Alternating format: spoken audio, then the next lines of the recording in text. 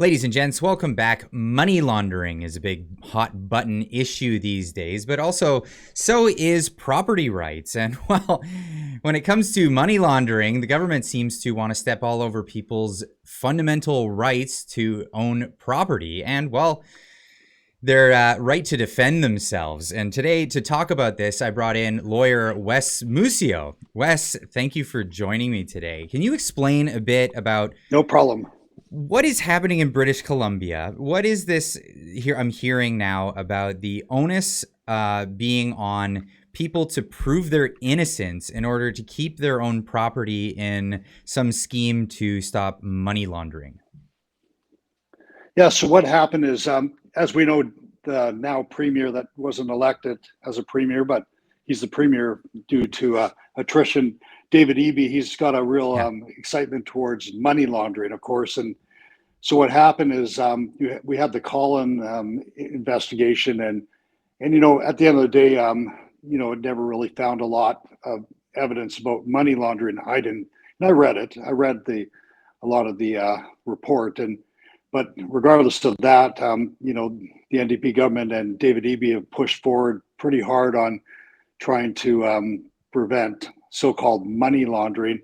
But being a cynic of the government, I'm not sure if I understand that to be exactly what they're doing. So what they've done is recently in the spring Legislative Assembly in British Columbia, they put in what's called Bill 21, which is the Civil Forfeiture Amendment Act, and it allows what are called unexplained wealth orders. Now, to the average person, of course, the media says, yeah, this is to take away the criminal's ability to money launder in British Columbia, and everything's good, and we're just going after the criminals. But if you dissect the actual bill, and I read through it, it's many pages, and it goes far beyond that. So I can explain that if you want. Well, yeah. So immediately, my first thoughts of this is, some gangster-esque type guy coming up to you saying, "Hey, I like the stuff you got. I wonder if you can explain how you got it. It would be a shame if somebody took it away from you."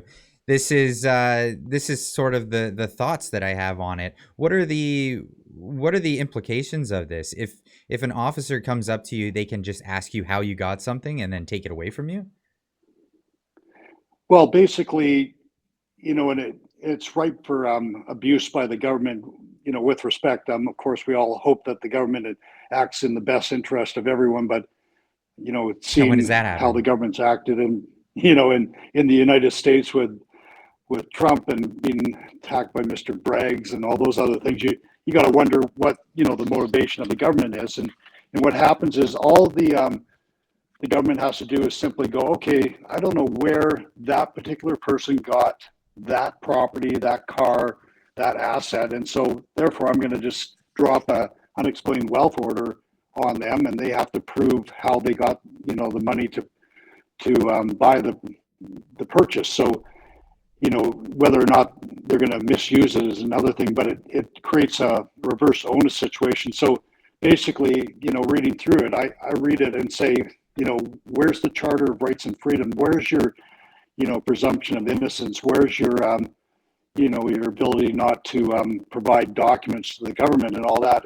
And basically it tramples all over the Charter of Rights and Freedom, and basically allows the government to do just about anything. And then the poor person that's being attacked by the government has to then, prove otherwise. And so it's a reverse onus situation. So, it's one of the examples that we've been seeing, unfortunately, in Canada and across the world in the current times, where these Charter of Rights and Freedoms and your individual liberties are, taking a back seat to the government and what their narrative might be. And that's the unfortunate part of this unexplained wealth order. So the other part of it that kind of got me wondering, because I mean that's all horrible, of course, and the presumption of innocence should always be the onus is on the government to prove that you've done something wrong, and we've always seen it that way in the Western modern democracies, Yeah. right? That's all horrible, but the other thing that I was thinking of, well, what is it? What would it be if somebody proved it? So if somebody was to prove that they've they've obtained this wealth honestly. What would happen there? Is it like now you have a statement of fact that you can show to any other officer or person from the government in the future to say that this was collected in an honest way? Well, the one that really sticks out, there's a clause called 14.15 of the Bill 21. And so here's the deal. If the government decides that you happen to be the bad person and they unilaterally look at your assets and say, oh, why do you have a nice car? Why do you have that home? Oh, we're going to seize it. And then you have to prove otherwise. But let's assume you're just a law-abiding citizen that might not be that individual that the government likes. You might be one of those political dissidents that they might go after you using this legislation. And it's proven that they're completely ruthless. They're attacking you for no reason. Well, there's a clause that says no compensation payable. So no matter how bad the government is and what they do to your life and how they affect you, they don't have to pay anything. So you're just on the hook. You're on the hook for all the damages that you'd have to, court costs and lost time at work and all these other things that might betrove you in this circumstance. Well, that's the point, right? And I'm a strong advocate of the Charter of Rights and Freedom. I see this as like an insane attack on fundamental rights. So basically, if the government decides to attack you, rightly or wrongly, maliciously or innocently, whatever, at the end of the day, it's proven that they were clearly out of their bounds and caused you severe hardship, then you got clause 14.15 that says, oh, sorry, suck it up. You don't get any compensation because we're the government. And that to me sounds to be like something that you would see in maybe in North Korea or China or something like that, not in, British Columbia or Canada. And I want to point out also, I get the aggressiveness of David Eby and the desire to stop money laundering, which, by the way, Mr. Colin could not really find. But leaving that aside, this legislation isn't anywhere other than, the British tried it and it was a horrific failure for them. They found that, every time they tried to do any forfeitures, guess what? There was massive litigation, highly, very cost ineffective and very difficult to prove these, that people are laundering money in Britain. So, this so-called, unexplained wealth orders hasn't worked anywhere else that I'm aware of in the world yet. For some reason, David Eby and the British Columbia government think they're above everyone else, and they come up with this novel, legislation that basically tramples the Charter of Rights and Freedoms and puts the onus on the individual, not on the government. And I just think it's flat out wrong for the government to be that draconian and totalitarian, in my respectful opinion. And it's an unfortunate move, of the British Columbia government, but we're seeing these moves more and more, unfortunately. Yeah, that's right. And whether or not, the question is, how far is the judiciary going to go on this? And I've been looking at, charter cases over the last couple of years and through COVID and all, and I'm shocked about the fact that the charter is becoming less and less important in society, and the government's narrative is becoming more and more important.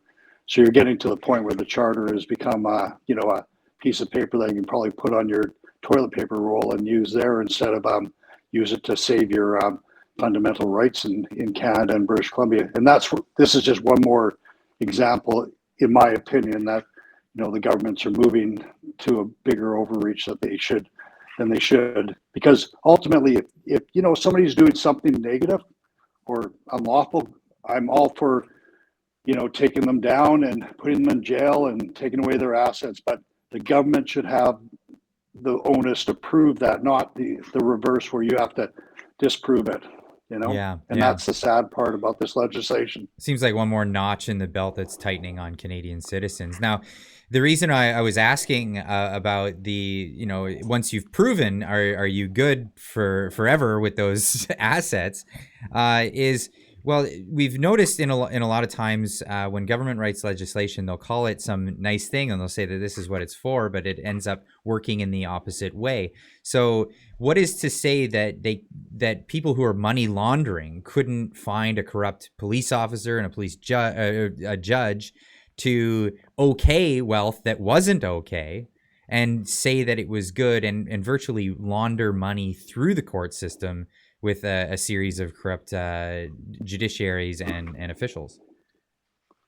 Yeah, I haven't really thought about it that way. I'm hopeful that doesn't happen, but that is another side effect of this whole situation. But I mean, ultimately, I'm not sure if that would be a particularly worrisome thing, because as it stands, previous to this amendment to the Civil Forfeiture Amendment Act, people were presumed to have purchased a product, or a house or car or whatever it is, or a boat, with reasonable and means. And so this has just changed the complexity, and it's right. I think it's the other way. I think it's ripe for the government to go after its political foes. In fact, one of the sections of the act talks specifically about where somebody is identified as a political individual that doesn't have the right political affiliation. So let me use an example. Like, obviously Canada hates Donald Trump and the Republicans by and large, and so what's to say this legislation isn't used against individuals that may hold those views that they are Republican, or they're a MAGA supporter? And that's the problem. They've actually literally put in this legislation politically charged agenda, allowing the government to go after people that they perceive don't have the same political views as them. And that is wrong. That's dangerous. In my respectful opinion. Yeah, that's very... It's dangerous. It's dangerous. Yeah. Yeah. Well, I mean, yeah, it's just like I said, it's the belt that just keeps getting tighter on Canadians more and more, and it's only a matter of time before Canadians push back because we can't see this going any further before the walls go up, and that's kind of the direction we're going in. But I want to thank you, Wes, definitely for coming in today. Is there something else you want to add before we sign out?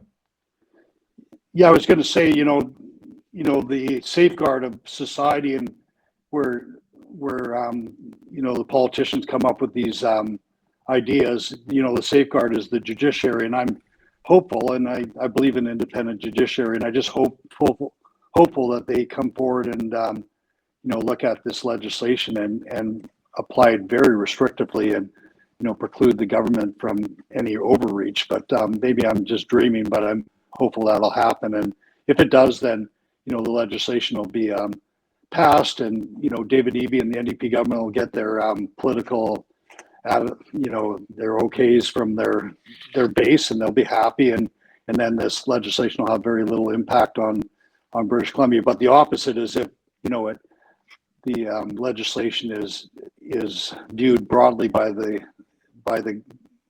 court system, then it could be used by politicians now and into the future to be abusive towards people that they just don't like, in addition to, of course, criminals and money launderers. But the way it's written, it's so wide open to be used by the government for anything they so much want to desire to do to certain individuals that they may not enjoy their political views or whatnot. And that's my concern here.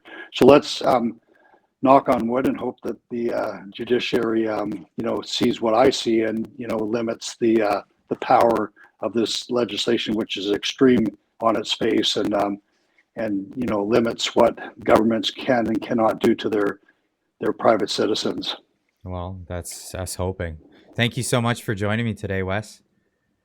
Okay, nice talking to you again. Cheers. Talk to you later.